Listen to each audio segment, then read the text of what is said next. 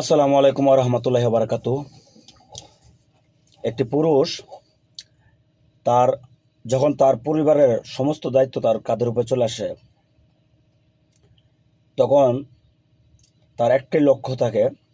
সেই লক্ষ্যটা হচ্ছে তার পরিবারকে কিভাবে হ্যাপি রাখা যায়, তার পরিবারকে কিভাবে সুখে রাখা যায়। প্রত্যেকটা পুরুষই চায় তার বাবা মা, সন্তান, স্ত্রী সকলকে ভালো কিছু দেওয়ার জন্য। আর এই চেষ্টা করতে করতে কোনো কোনো মানুষ রাশিয়া চলে গেছে ইউক্রেনের বিরুদ্ধে যুদ্ধ করার জন্য। সে জানে যে কোনো সময় তার মৃত্যু হইতে পারে, অথচ সে জানা সত্ত্বেও সে ওইখানে চলে গেছে জীবনের ঝুঁকি নিয়ে। মানুষ নিজের মাতৃভূমি ছেড়ে প্রবাসে চলে আসে, যেমন আমি আলহামদুলিল্লাহ চলে আসছি, এরকম সবাই চলে আসে। অর্থাৎ পরিবারের সুখের জন্য সে সর্বোচ্চ চেষ্টাটা করে। একটা পুরুষ পরিবারের সুখের জন্য সর্বোচ্চ চেষ্টা করে। বিনিময় বিনিময় শুধু চায় যেন ফ্যামিলি মানুষগুলো তাকে একটু ভালোবাসে, একটু সম্মান করে, বাবা মা যেন একটু স্নেহ করে। অথচ এইতটুকু ভালোবাসা তার কপালে তো জুটে নাই, বরঞ্চ তাকে আর কটু কথা শুনতে হয়।